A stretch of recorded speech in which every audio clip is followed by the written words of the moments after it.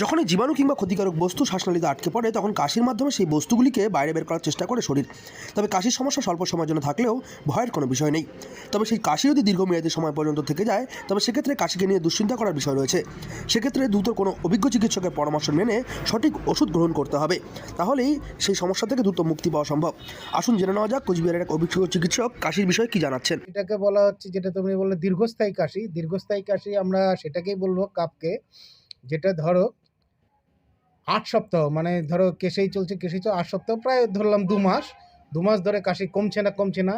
সেই কাশিটাকে নিয়ে কিন্তু মানে সেই রুগী বা রুগীর পরিবারের কিন্তু অবশ্যই খুব কেয়ার বা সচেতন হওয়া উচিত।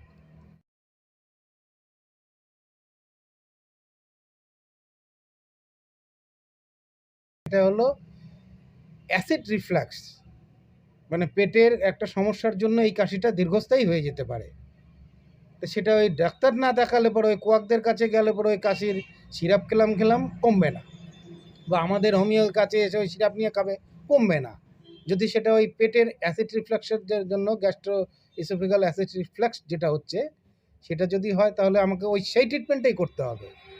এছাড়া হচ্ছে ধরো জ্বর হচ্ছে, এই কাশি হচ্ছে, তখন কিন্তু একটা, যেটা এখন কিন্তু মানে আমাদের একটা গাইডলাইনই এসে গেছে, যে এরকম যদি একটু দীর্ঘস্থায়ী কাশি হয় তবে অবশ্যই তাকে যক্ষ্মার জন্য যেই পরীক্ষাগুলো করানো, সেই মানে যক্ষ্মাকে সাসপেক্ট করে সেই পরীক্ষাগুলো কিন্তু তাকে করাতে হবে, বা যক্ষ্মার সেন্টার যেখানে রয়েছে, কফ পরীক্ষা, এক্স রে, মানে এগুলো হলো প্রাথমিক। কিছু রক্ত পরীক্ষা আছে, ইএসআর, এইসবগুলো ব্লাড টেস্টগুলো কিন্তু করে দেখে নিতে হবে যে তার যক্ষ্মা হয়েছে। এছাড়াও হতে পারে ধরো তোমার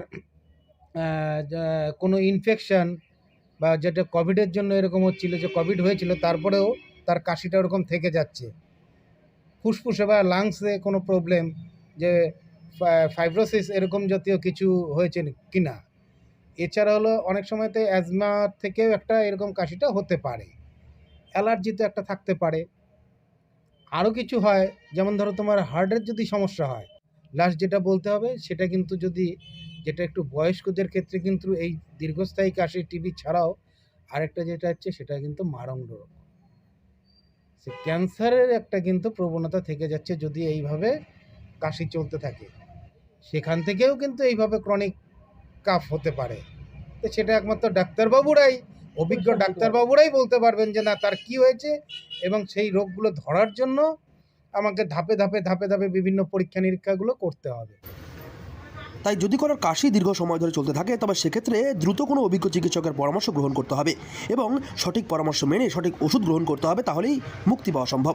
কোচবিহার থেকে সার্থক পণ্ডিতের রিপোর্ট, লোকাল 18 বাংলা।